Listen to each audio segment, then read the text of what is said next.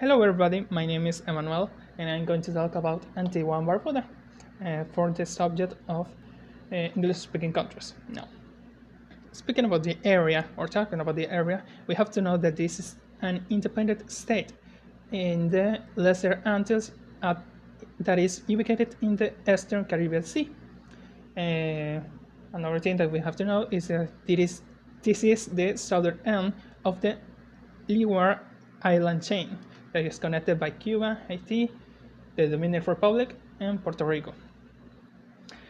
Well, the capital of Antigua, in this case, is St. John's, and the area is around 280 square kilometers, and in the west of the area there are volcanic rocks that rise to 405 meters. Now, the average temperature of this island in January is around 25 Celsius centigrados, in August of 28 Celsius. Now, talking about the population, in 2018 the population consisted of 96,286. Another information is that 91% of the population is African descent. This is because of the history of this island that we're going to learn after this part of the population. Now, talking about other things, the languages spoken here are English, but in this case is English-based Creole and Antiguan Creole. This is the official. We can say that this is the mother language of the island. And the median age is around 34 years, and 26.2% of the population is urban. Getting more in context about the history, we had to know that first the island wasn't named Antigua and Barbuda at all. It had another name that we're going to see after this information. Starting with when the island was discovered in 1493 by Christopher Columbus, and here is where it comes the name Antigua. Is because of the Church of Santa Maria de la Antigua in Seville, Spain. Then we moved to 1632 when Antigua was colonized by Sir Thomas Warner, and it finally became a British colony in 1667. Before that, in 1628, Britain annexed Barbuda to this colony called Antigua. And moving around to 1680, Charles II granted this island, of this groups of islands, to the Converton family, who held it to 1860, in which year was annexed to Antigua. Now, in this case, we want to talk about the abolition of the slave trade, or after the abolition of the slave trade in Antigua in 87, when the Convertons established a big slave farm. We're calling it like that, but well, the name say what it was that. In this case, children were bred to supply the region's unpaid labor force, and this was until the slaves were emancipated in 1834. Something important is that Antigua and Barbuda were the only Caribbean island under British rule to possess a good harbor. And other extra information that was Antigua was the dockyard for the British West Indies, and this was used by the Royal Navy from 1725 until 1854. At this moment, we're going to talk about culture, and culture is something important for this area.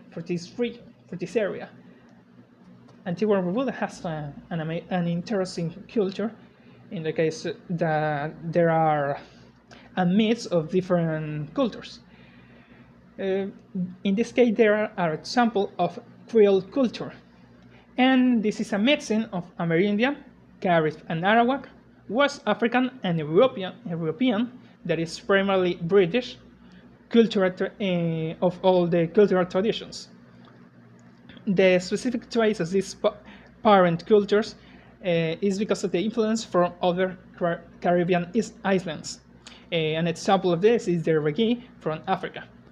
And these are still evident in the emergent culture.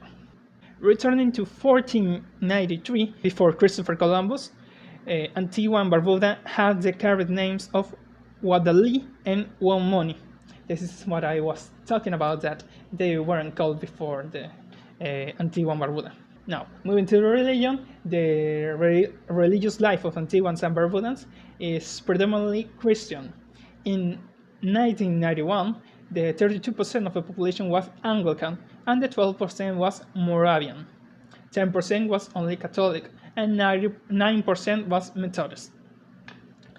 And another thing is that for most of their history, the churches of Antigua and Barbuda were colonial institutions, meaning that overseas branches of English-based church whose pastors were in control. Now, the last thing we're going to talk in this video is the tourism. In this case, I'm going to show you 3 places that I will say are different from other places in other countries or islands, and starting with the Half Moon Bay in Antigua.